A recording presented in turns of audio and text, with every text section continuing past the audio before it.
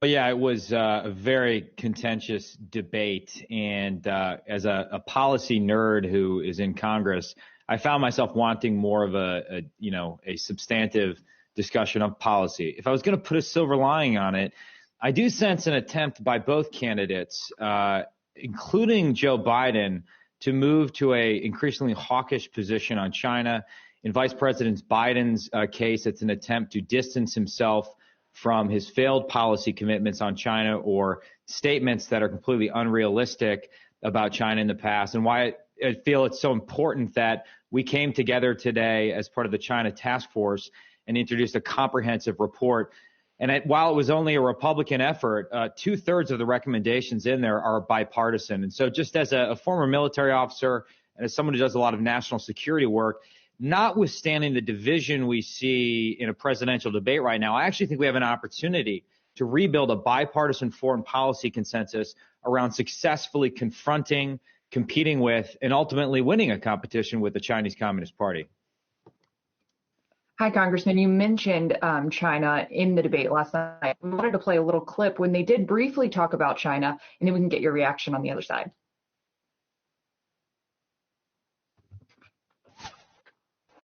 He's done very little. His trade deals are the same way. He talks about these great trade deals. You know, he talks about the art of the deal. China's perfected the art of the steal. We have a higher deficit with China now than we did before. We have the highest trade deficit China with ate Mexico. Your lunch. All right, gentlemen.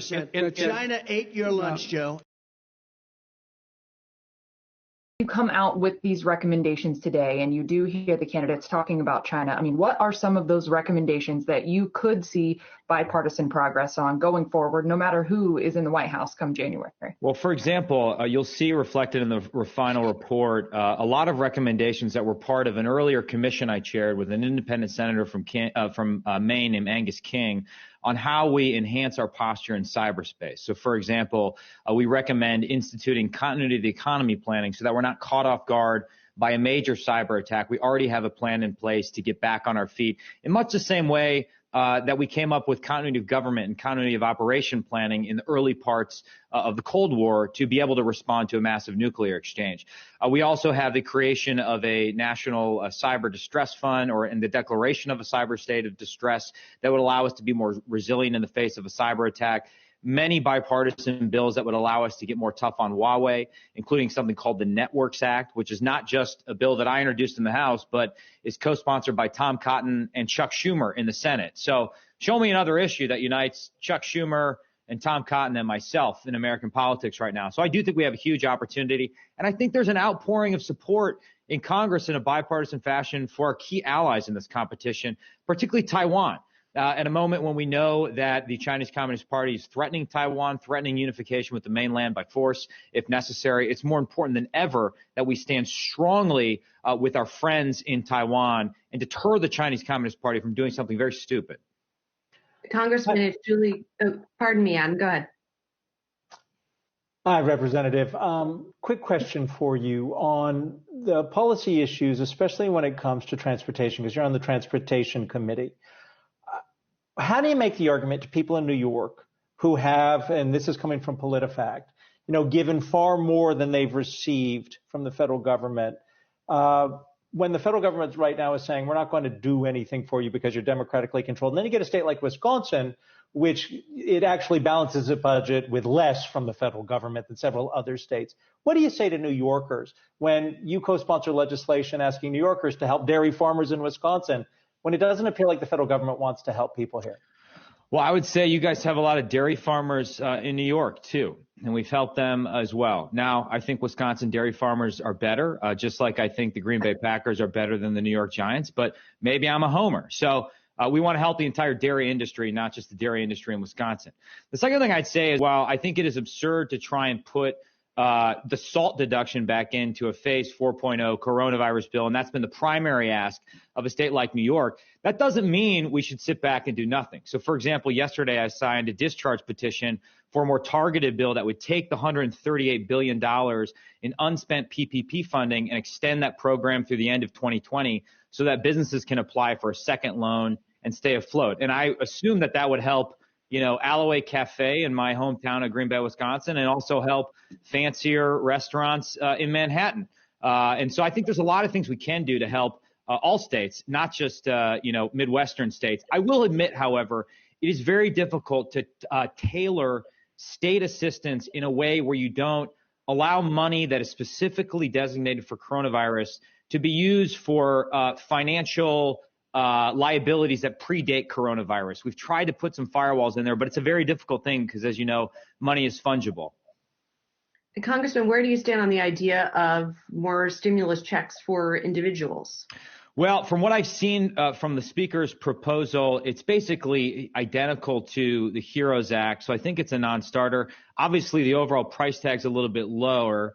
But if you look into where they found the efficiencies, for example, they cut about $600 million, I think, in funding for police. So it seems like they cut the wrong things and kept it cut the wrong things and kept some of the wrong things in there as well. But I do think that, it shouldn't be $2.2 trillion or nothing. As I mentioned before, there's a lot of ways where we can take money that hasn't been spent and target it where needed, or even a smaller level of money to help states out that really need it. And I do think we're going to have to make continued investment in our healthcare system, helping those small businesses that need it. And then over the long term, maybe to tie it back to this China report, if you read it, the biggest thing you'll see in there is a recognition that we learned painfully in the coronavirus pandemic that our supply chain is too brittle. Over decades, we just outsourced the manufacturing of basic drugs, medical equipment, devices, things we need to either make here domestically or nearshore in a country that we can trust more than communist China, because we just can't remain dangerously dependent on the largesse of a regime that doesn't share our interests. Congressman, you said this morning that we are at the beginning of another Cold War. I mean, how should U.S. companies be thinking about this if this is the beginning of a Cold War that could last generations, I believe you said? I mean, what do U.S. companies need to be doing to prepare for this? Because the economies obviously are clearly intertwined.